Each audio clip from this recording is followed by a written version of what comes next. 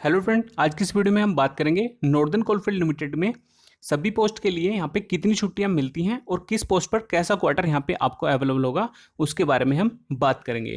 यहाँ पे चाहे आपकी पोस्ट एचएमओ ऑपरेटर हो, टेक्नीशियन हो, फोरमैन हो या फिर ओवरसियर या फिर अन्य कोई भी आपकी पोस्ट हो, इन सभी के लिए यहाँ पे हम इस वीडियो में बात करने वाले हैं। ठीक है, तो चलिए वीडियो को शुरू करते हैं। सबसे पहले हम यहाँ पे बात करेंगे हॉलीडेज के बारे में कि कौन कौन से हॉलीडे और कितने यहाँ पे आपको मिलते हैं। ठीक है, उसके बारे में बात करते हैं। सबसे पहले हम बात करेंगे सीएल के बारे में, कैजुअल लीव। तो कैजुअल लीव आपको साल में यहाँ पे 11 मिलती हैं, सभी को 11 मिलती हैं और ये उसी साल के लिए वैलिड होती हैं। मान ली अगर एक साल में आपको 11 मिलती है तो ये नेक्स्ट ईयर ऐड नहीं होती है, इस साल में ही आपको यूज़ करनी होंगी ये 11 की 11, क्योंकि ये अगले साल नहीं लगती हैं। अगर आप की कुछ सीएल बच भी जाती हैं तो वो नेक्स्ट ईयर में कैंसिल हो जाती हैं। ठीक है, तो ये आपको साल में 11 मिलती है, ये यहाँ पे इंपॉर्टेंट बात है। नेक्स्ट में बात करते हैं एसएल के बारे में, सिक लीव। ठीक है, बीमारी के लिए जो छुट्टियां ली जाती हैं वो मिलती हैं आपको 15 लीव, साल में 15 दिन की ये छुट्टियां मिलती हैं जनवरी से दिसंबर के बीच में। इन लीव को ये अगले साल कैंसिल नहीं होती है। मान लिया आप एक साल में इन्हें पूरी यूज नहीं कर पाते हैं तो ये अगले साल ऐड हो जाती हैं नेक्स्ट ईयर में। ठीक है, तो आप इस तरह से इन्हें ऐड कर सकते हैं, लेकिन इन्हें आप लगभग 120 दिन तक ही ऐड कर सकते हैं। ठीक है, 120 एसएल ही आप इकट्ठा कर सकते हैं, इससे ज़्यादा आप अपनी एसएल को इकट्ठा नहीं कर सकते, सीक लीव को। ठीक है, तो एक साल में 15 मिलती हैं और 120 दिन तक आप इन्हें इकट्ठा कर सकते हैं। ठीक है, नेक्स्ट बात करते हैं ईएल के बारे में। ठीक है, तो ईएल मिलती है आपको, ये मिलती है अटेंडेंस के अकॉर्डिंग। अगर आपकी 20 दिन की कंटिन्यू अटेंडेंस अगर आपकी होती है तो आपको एक ईएल मिलती है उस टाइम पर। ठीक है, लगातार अगर आपने 20 दिन अटेंडेंस दी है तो आपको एक दिन की ईएल यहाँ पे मिल जाएगी। तो यही इसका रूल है, 20 दिन की अटेंडेंस पर एक ईएल, और इन्हें आप इकट्ठा कर सकते हैं 150 दिन तक। 150 दिन तक आप इन्हें इकट्ठा कर सकते हैं, ये होता है ईएल का रूल। नेक्स्ट में बात करते हैं नेशनल हॉलीडे के बारे में। तो जो एनसीएल के कैलेंडर में 8 दिन के नेशनल हॉलीडे होते हैं। ठीक है, 8 दिन के यहाँ पे होते हैं, और इन 8 दिन में मान ली नेशनल हॉलीडे हैं, होली, दीपावली है। ठीक है, तो इस तरह के जो भी हैं उनके वहाँ पे फिक्स हैं, वो 8 दिन के होते हैं।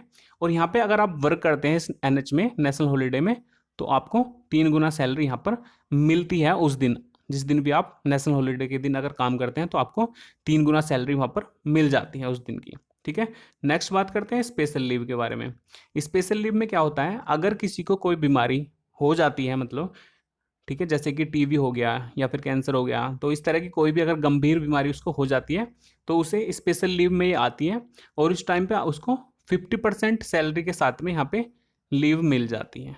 50% उसको सैलरी पे करते रहते हैं। ठीक है, छुट्टी मिल जाती है वो अपनी बीमारी का इलाज कराने के लिए उसको, तो वहाँ पे उसको 50% सैलरी यहाँ पे मिलती रहती है स्पेशल लीव के अंदर।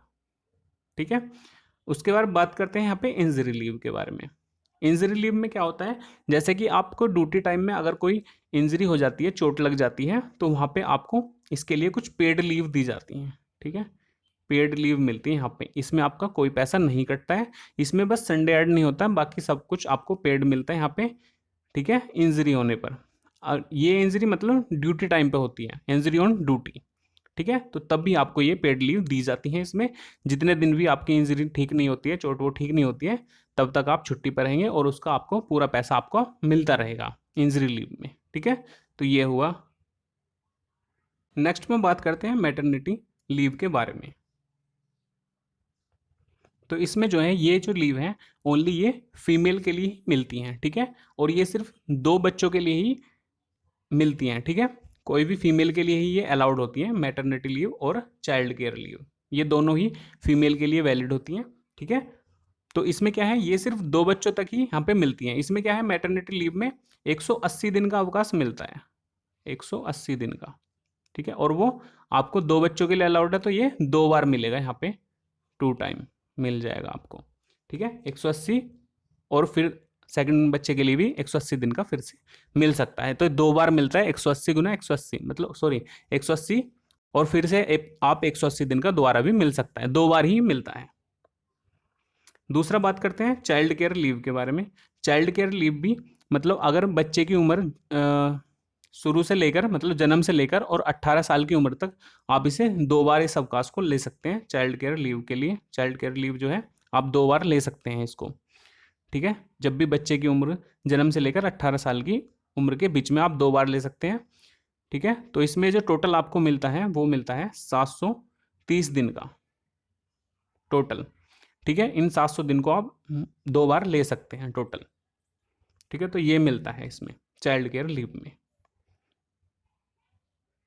तो चाइल्ड केयर लीव जो है ये सिर्फ जब तक बच्चे की उम्र 18 साल तक होती है उससे पहले पहले ही ये मिलता है, उसके बाद ये नहीं मिलता है।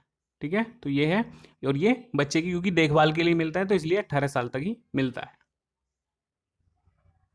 नेक्स्ट पॉइंट में हम बात करते हैं क्वार्टर फैसिलिटी के बारे में। सभी के लिए यहाँ पे क्वार्टर फैसिलिटी कैसी होती है उसके बारे में हम बात करेंगे। चाहे आपकी पोस्ट HMM ऑपरेटर हो, ओवरसियर, फोरमैन, टेक्नीशियन कुछ भी हो, उन सभी के लिए यहाँ पे आवास सुविधाओं के बारे में भी हम बात करने वाले हैं। ठीक है, तो चलिए देखते हैं। मेनली यहाँ पे 4 टाइप के हमारे होते हैं यहाँ पे जो क्वार्टर मिलते हैं। एक होता है type M, type B, type C और टाइप D। ठीक है, तो यहाँ पे इन 2 क्वार्टर के बारे में बात करेंगे, टाइप M और टाइप B के बारे में। ठीक है, टाइप M में क्या होता है, टाइप M जो होता है 1 BHK टाइप होता है, और टाइप B जो है ये 2 BHK टाइप होता है। 1 BHK मतलब 1 बेडरूम, हॉल और किचन। ठीक है, उस तरह का होता है। 2 BHK में 2 बेडरूम, हॉल और किचन होता है। ठीक है, तो टाइप M का जो ये मिलता है ये टेक्नीशियन और HMM ऑपरेटर को यहाँ पे मिलता है।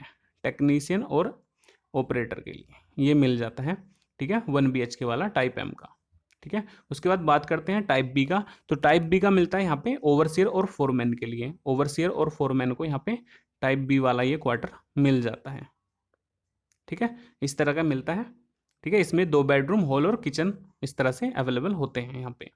ठीक है, तो ये मिलता है ओवरसियर और फोरमैन को, और ये ऊपर वाला 1 BHK मिलता है टेक्नीशियन और ऑपरेटर को। 1 BHK के बारे में मैंने बताया था पहले भी आपको। 1 BHK इस तरह से होता है। ठीक है, ये NCL का फ्लैट नहीं है, सिर्फ मैं बता रहा हूँ आपको। 1 BHK ऐसा होता है, इसमें एक बेडरूम होता है, उसके बाद एक हॉल। ठीक है, इस तरह से हॉल होता है, बेडरूम हो गया, हॉल और किचन। ठीक है, इस तरह से होता है, बेडरूम, हॉल और किचन, लेटरिन, बाथरूम वगैरह इस तरह से होते हैं। ये 1 BHK का फॉर्मेट होता है इस तरह से, जो टेक्नीशियन और HMM ऑपरेटर वालों को मिलता है। वो इस तरह का फ्लैट होता है, इतना एरिया होता है उसका। ठीक है, 1 बेडरूम, हॉल और किचन टाइप का। तो ये मैंने एक दिखाने के लिए आपको बताया है। अब मैं बता दूं आपको ओवरसियर और फोरमैन के लिए भी कैसा मिलता है। तो ओवरसियर फोरमैन के लिए 2 BHK मिलता है, जिसमें 2 बेडरूम, हॉल और किचन होंगे। ठीक है, तो इसमें यहाँ देखिए आप 2 बेडरूम है, एक ये एक ये।